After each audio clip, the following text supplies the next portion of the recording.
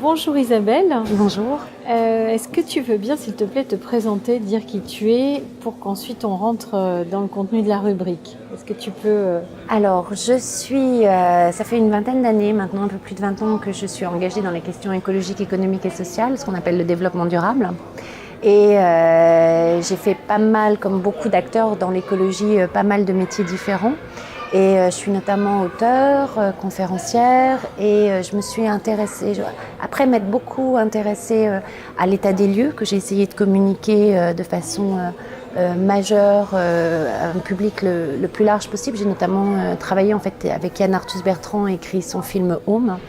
Je me suis vraiment intéressée aux solutions qui émergeaient, qui pouvaient répondre à la crise écologique que nous vivons aujourd'hui. Et donc depuis 7 ans maintenant, j'ai entamé des recherches sur la nouvelle économie, parce que c'est là qu'il y a des réponses. La nouvelle économie qui émerge depuis 40 à 50 ans, les nouveaux modèles économiques et productifs. Et j'ai sorti un modèle intégratif. J'ai initié un modèle intégratif pouvant expliquer cette nouvelle économie qui s'appelle le modèle de l'économie symbiotique. Voilà. Et aujourd'hui, j'ai une agence et une association autour de ce modèle pour accompagner les acteurs en transition. Voilà.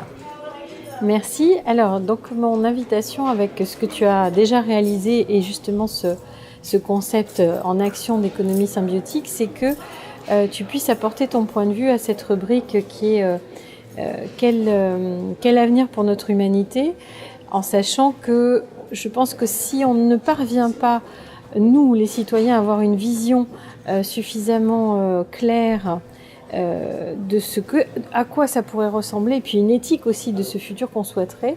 Quand je dis humanité, c'est humanité et aussi de tous les règnes et aussi de la Terre. Hein. Je veux dire, c'est pas juste les êtres humains, mais quelle humanité pour quel lien à la Terre.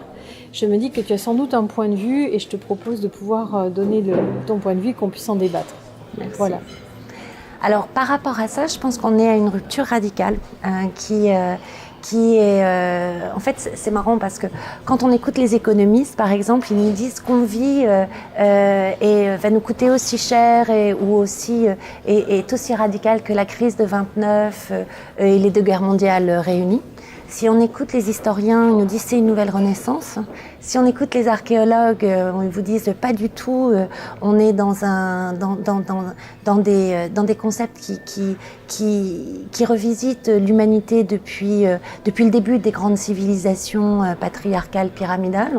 Si on écoute les géologues, ils vous disent on est en train de vivre la 6e crise d'extinction et la dernière c'était le temps des dinosaures, c'est-à-dire il y a 60 millions d'années. Donc moi je pense qu'on est vraiment à une rupture, en effet, à un renouveau de l'humanité aujourd'hui. Enfin, en tout cas, il y a les deux possibilités, c'est-à-dire que je trouve que ça se radicalise vers une humanité qui devient de plus en plus technologique et qui ne croit de plus en plus qu'à la technologie et donc qui continue un peu le mythe prométhéen sur lequel la révolution industrielle s'est fondée. C'est-à-dire l'homme est capable de tout et l'homme est maître de la nature. Hein, c'est les propos de Descartes au XVIIe siècle. Et il y a un autre mouvement qui est en train de dire, en fait, nous ne sommes pas séparés du vivant, nous sommes des êtres vivants et nous avons une communauté de destin avec ces êtres vivants.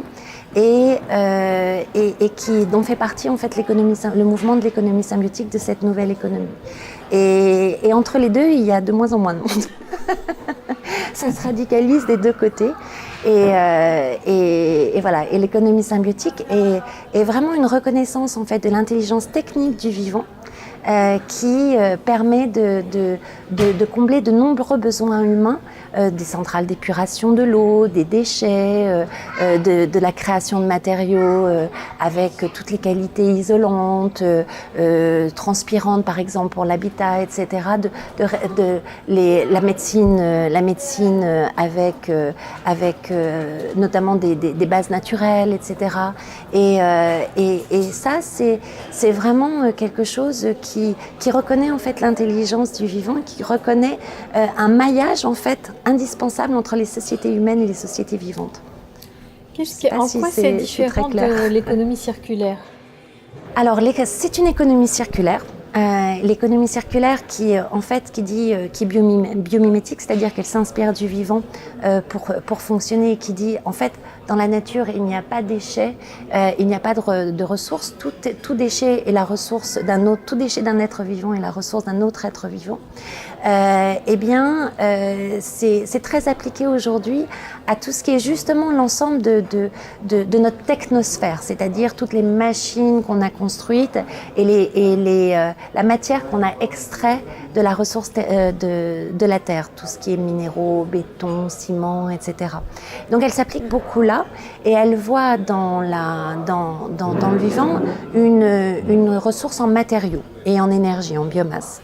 Dans l'économie symbiotique, il y a un aspect autre qui est très bien vu par l'ingénierie écologique, l'agroécologie, la permaculture, etc., qui voit la puissance des écosystèmes eux-mêmes qui sont capables de réaliser un tas de fonctions et qui en plus donnent des plus-values sociales, paysagères, régénératrices et physiologiquement et psychiquement pour les individus qui côtoient ces écosystèmes et qui réalisent un tas de fonctions qui sont en fait les mêmes pour les sociétés humaines que pour les sociétés vivantes. Depuis 3,5 milliards d'années, le vivant a besoin de se nourrir, a besoin de se reproduire, a besoin de s'isoler du chaud, du froid, a besoin de se protéger des inondations, des sécheresses, a besoin de purifier son eau, a besoin de purifier ses déchets, etc. Et les écosystèmes vivants sont très puissants par rapport à ça. Et donc, c'est cette reconnaissance de l'intelligence fonctionnelle des écosystèmes qui manque encore un peu dans l'économie circulaire aujourd'hui. C'est une économie circulaire vivante plus une économie circulaire de la technosphère. C'est des mots un peu barbares ça, mais c'est vraiment l'ensemble de nos machines. C'est l'alliance des deux en fait, l'économie symbiotique. En fait, quand tu disais qu'il y a deux voies, c'est surtout plutôt deux conceptions humaines qui sont radicalement différentes dans ce que tu proposes. Ce que tu nommais l'humain au travers de la technologie, on va dire que ça va être une des voies portées par le transhumanisme, par exemple, c'est-à-dire ne pas vouloir reconnaître notre finitude, vouloir absolument renoncer à la mort en essayant d'être immortel, c'est se dépasser, donc essayer d'être un surhomme pour arriver à obtenir quelque chose, notamment à régler les problématiques de santé et autres, et gérer la complexité que nous avons faite. C'est une voie. En tant que telle, pourquoi pas? Je veux dire, ça peut être une voie qui peut être explorée. Tout dépend de l'éthique, en fait, qui est derrière. Ça, c'est un premier point. C'est-à-dire, est-ce qu'on peut amener tous les êtres humains dans ces évolutions-là, de façon objective, j'entends, hein? Est-ce que c'est porteur ou pas d'eugénisme? Je sais pas, mais ça mérite que la question soit posée. Mais je pense, et c'est à ça, je crois que tu seras aussi sensible, c'est que cette voie-là est très consommatrice de matériel, d'énergie, de ressources éventuellement rares, c'est-à-dire qu'elle est toujours, comme tu le disais, dans une logique prométhéenne de l'homme sur la nature qui la puise et avec un risque, c'est que si on fasse ça, imaginons même pour 7 milliards d'humains, on risque d'assécher encore plus vite la Terre de ses ressources.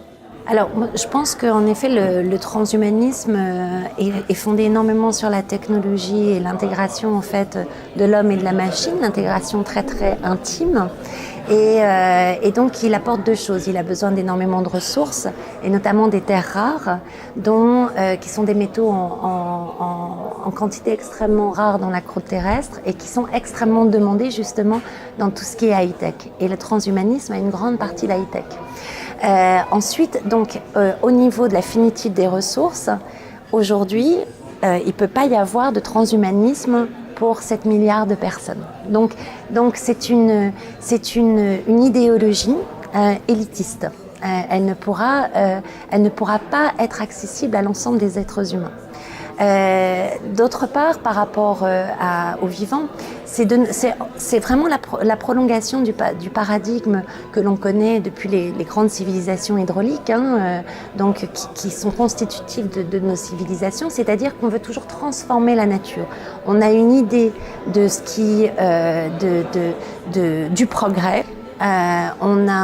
qui est souvent de quelques personnes, parce que quelques personnes qui sont à l'origine de la richesse ou à l'origine qui peuvent capitaliser en fait cette recherche et donc qui projettent leur vision du monde et qui est une vision de transformation de la nature de nouveau, parce que là on transforme la nature humaine et sur ça on a quand même très peu de recul. On commence déjà à voir par exemple que pour moi on est déjà dans une phase de transhumanisme, c'est-à-dire que on voit bien, on commence à avoir de plus en plus de psychologues et de psychiatres qui commencent à alerter sur les effets justement de la technosphère sur nous-mêmes. Mais c'est les écrans, c'est la rapidité des images, c'est la rapidité du mouvement qui transforme en fait notre comportement et qui aussi transforme notre capacité de réflexion, parce que on se rend compte qu'on a besoin au contraire de temps lent pour réfléchir. Or, dans le transhumanisme, on est toujours sur l'action et non pas sur toujours agir, rendre encore plus puissante l'action et beaucoup moins rendre plus puissante en fait la créativité et la réflexion, qui elle a besoin de temps long, de maturation et au contraire qui d'ailleurs est favorisée avec une altérité totale qui est celle du végétal par exemple, du vivant, etc. On s'aperçoit que des gens se régénèrent si on isole des groupes entre les mettre dans une ville et les mettre dans des rues et dans des parcs, eh bien même en 1 heure, ceux qui sont allés dans un parc avec un beau paysage sont bien plus régénérés physiquement et mentalement que ceux qui sont allés dans la rue. Parce qu'on a besoin, en fait, on n'est pas les mêmes sans le végétal. On l'a oublié, mais on n'est pas les mêmes sans la nature autour de nous. Ce que le transhumanisme va amener, c'est effectivement de vouloir pallier les carences humaines, au vu d'un certain type de regard, bien sûr, et de les pallier par l'intégration de la technologie. Mais c'est en fait mettre l'humain dans le rythme de la technologie, c'est-à-dire in fine une vitesse, la vitesse de la lumière si on peut, c'est être uniquement dans un mode action, c'est-à-dire comme un robot, c'est-à-dire on ne dort pas, on n'a pas d'état d'âme et on va vite et toujours plus vite et en performance.